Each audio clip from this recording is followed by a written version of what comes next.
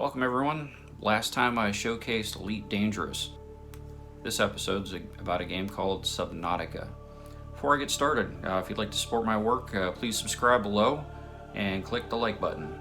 Links to ChallengeYourself.blog are at the end.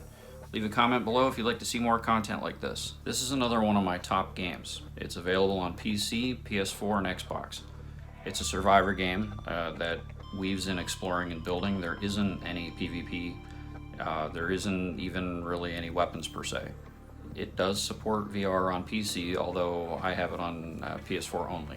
When you start up the game, there are several choices for gameplay modes. There's an easy, normal, hardcore, and a creative mode, although they're named a little differently. This game has a sandbox feel to it, but it does have an underlying story that you have to discover along the way.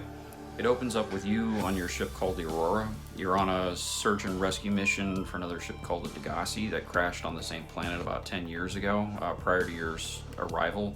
Something goes horribly wrong as you're approaching the planet and you crash. You bounce around, get knocked in the head, and you wake up as your only known survivor. You're stranded on your life pod thing with a fabricator, a PDA, there's a medkit generator, a couple rations, and just your life pod.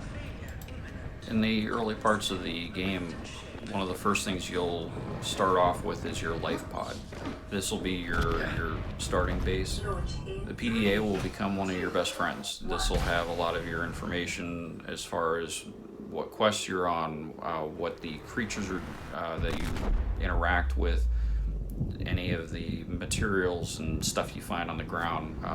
So this will be your guide to the game. You crawl out, you establish your surrounding area. There are a lot of fish swimming around. That'll be your number one priority to keep yourself from starving and dehydrating. Once you've got your basic physiological needs met, you'll start exploring, hunting, gathering. You'll use that fabricator I mentioned earlier to turn resources into materials, tools, and equipment. If you die, you lose some of your items in your inventory, so if you're gonna die, try to not carry a full bag. I know that sounds kind of crazy, but sometimes you kind of have a feeling that something's gonna go bad, or the possibility, You'll notice you have oxygen, life, food, and water meters. If any of these zero out, your life is over and you start back over. When you start back over, you'll end up with partial health, water, and food points. So there is a penalty to that if you die. However, in some cases, if you're on the brink of starvation and dehydration and you've been beat up by most of the fish around you, this could be actually a benefit to you. So that's part of the reason why I said in the video it could be a good thing to determine a time and place of death. One of the other things about dying in the game is if you're on one side of the map and the last base you visited is on the other side of the map, it'll send you back to that other base, and whatever vehicle you had is still over on the other side of the map. So keep that in mind as well when you're playing. So in this introduction scene, you're seeing a bunch of mushrooms. There's a large fish swimming around. There's kelp in the background. These are all things that you're going to be interacting with in the ocean. You'll be gathering a lot of this stuff. You'll be using it to build your tools and equipment.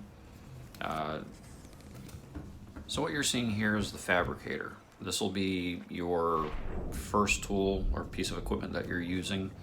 This has all of your recipes that you gather along the way. Once you make one thing, you'll make something else, and then a new recipe may show up. Some of these you have to find in PDAs that are distributed across the map and underground and under water caves and whatnot. There's quite a few of them.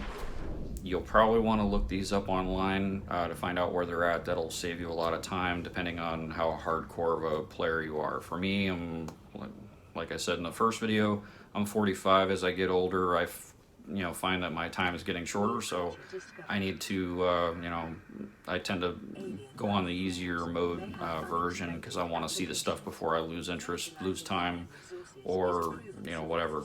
So make sure use the resources online if that's suitable to your gameplay.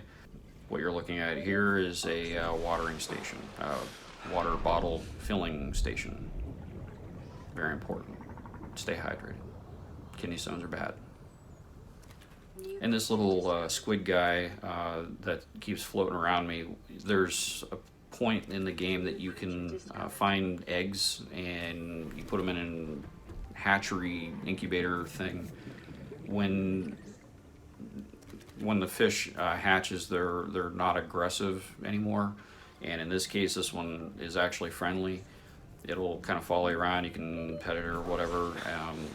I guess one of the aspects to this game that I didn't really explore for power source with the bioreactor is you can hatch fish and then throw them into the bioreactor. I don't know, I didn't do that. Once I got a nuclear reactor, I gave that up, and I planted a few things, and I just did it for fun. I didn't really explore that part of it. One of the other things that I found that I used late in the game is the sonar.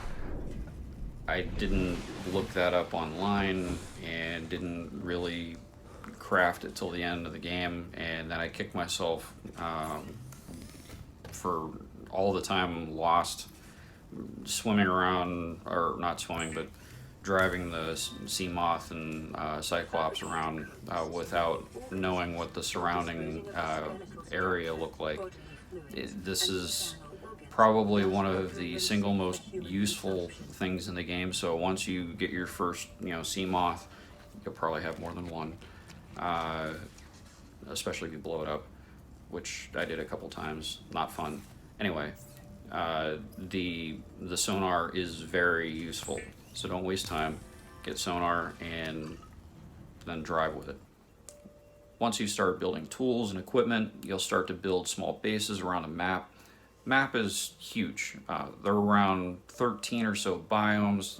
There's lots of little caves to explore. You'll eventually build some vehicles that help you traverse the map a lot quicker. The deeper and further out of bounds you go, the more dangerous the creatures become. You'll stumble onto these Leviathan class creatures. They're huge. Some of them are larger than others.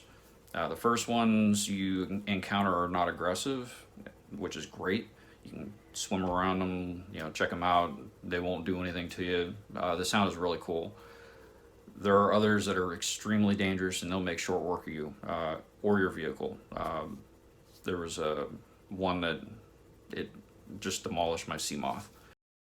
The vehicle I'm driving at the moment, the sea moth, you'll see in the upper part of the screen that the depth that I'm at, and then there's the depth that is maximum that I can go to, 900.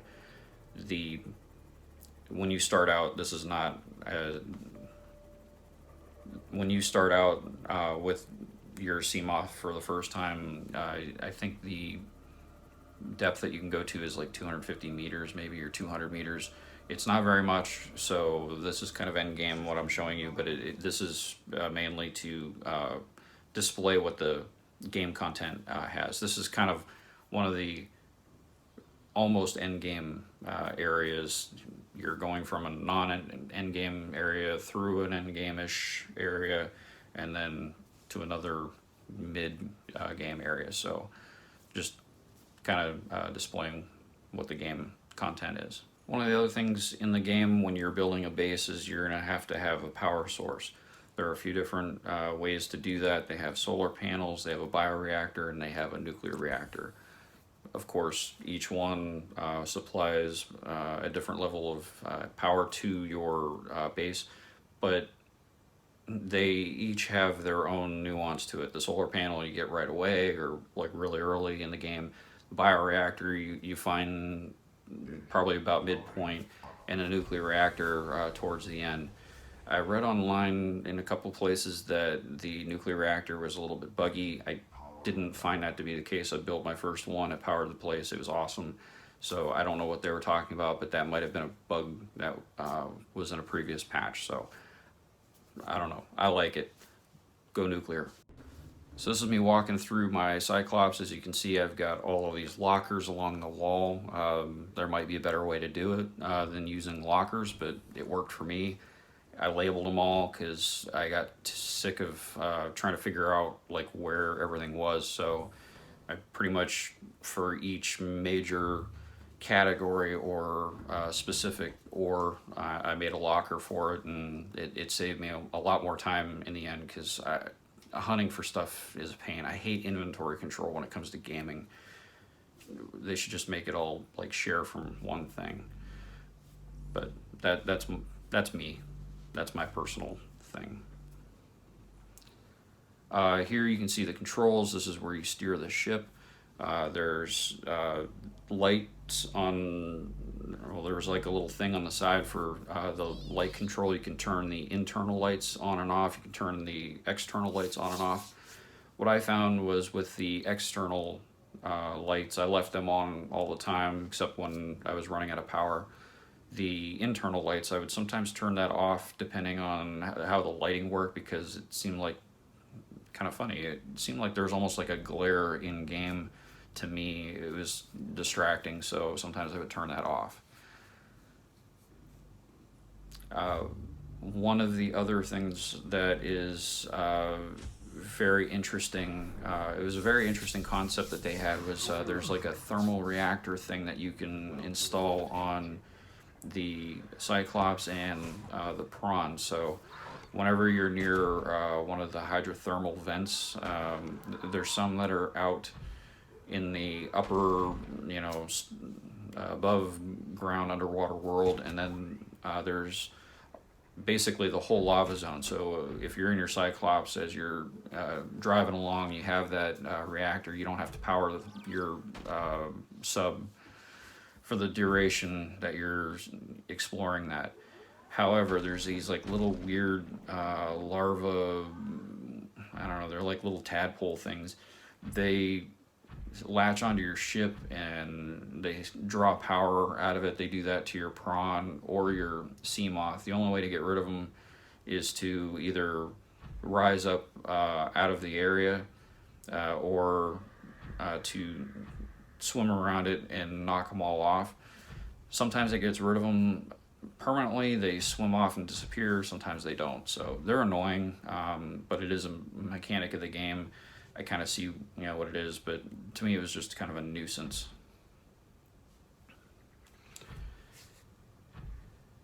So eventually you'll find the prawn suit, which I'm driving around here. What you can do with the prawn suit that the other two don't really, the other two vehicles don't have, you can kind of box with your the two arms that you have. In this case, I have a drill on one hand and a grappling hook thing on the other. These don't work very good for trying to fend off the bonefish, or bone shark, excuse me. The plain fist, though, you can kind of punch a fish in the face and it'll fly away for a little bit. It is kind of interesting. If you get one trapped against a wall, you can keep punching them until eventually they'll give up and go to fish heaven. As you can see here, the depth that you can go with the prawn suit is a lot better than the sea moth. This is a much better way to travel if you're going fairly short distances. This will be your go-to for traveling in some of the more dangerous biomes, like in the lava areas and stuff. The sea moth can't go that far. This will also be your main gathering tool per se when you're getting towards end game. It does have a fair amount of storage, but you can top that off pretty easily. So maybe 2 deposits, and then you gotta kind of go somewhere. So you'll have, that's part of the reason why you'll have more bases around the map, or at least I had more bases. The Cyclops, that's that big sub that was near the one base in the video, that will probably be your mobile base, but what I found is, depending on what it was I was doing, sometimes I would park the Cyclops somewhere, use the sea moth, go somewhere faster, because the Cyclops is it turns really, really slow. But it is a mobile fortress minus any weapons. It doesn't have any. Well, it has a. It has like a torpedo thing that I think is a lure, but I never built it because I didn't want to spend the resources, and I was getting close to building the final piece of equipment. It's a rocket ship to leave the planet. One of the other things you'll want to pay attention to is I'm drilling into this cactus-looking thing.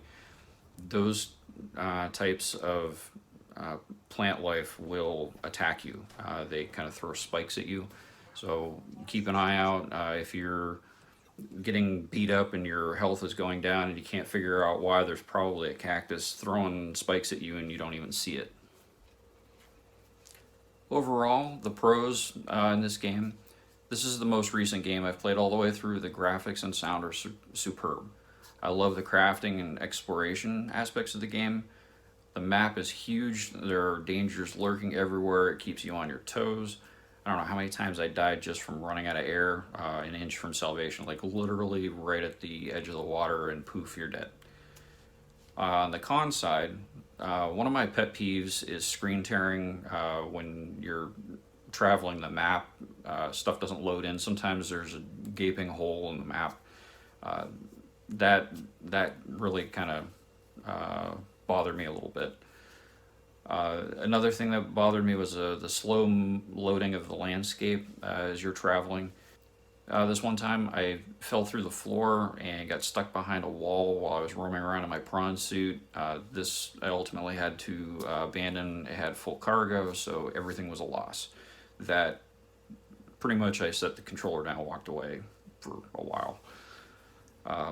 The other thing that ties into the previous point is collision detection gets a little funky at times. The mobs will bug out once in a while. In the video, you'll see bone sharks manage to make their way through a boundary into a tunnel. I don't know what happened. The tunnel's not filled with water. The sharks are swimming around. Doesn't make any sense to me. So between dying and glitches, you'll want to save often. As I always say, save more, swear less. Doesn't get simpler than that. Overall, I really like this game. Aside from the glitches, I highly recommend it. It was a blast to play, gorgeous scenery, great sound. You'll have a lot of fun with it. Thanks for watching. If you like this video, please click the like button below, click that subscribe button, and most importantly, please share this video. If you'd like to see what else I'm working on, point your browser to ChallengeYourself.blog. Thank you. So for a little self-deprecating humor, and just because I wonder, what it's going to look like, here's some of the outtakes for the last video I did. It'll be very interesting to see how this turns out. Hope you enjoy. Why? It does support. Why? You got that? Really? Do you? I'm just going to stare at the screen for a little bit. I fell through the floor once, and it was great. I loved it. It was awesome. Tacos. Blah, blah, blah. I already, said this. Yeah.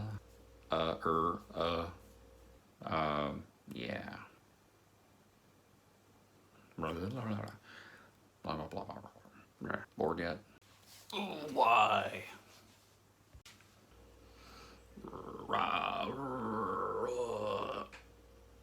This thing's still on. Thanks for watching. You guys are awesome.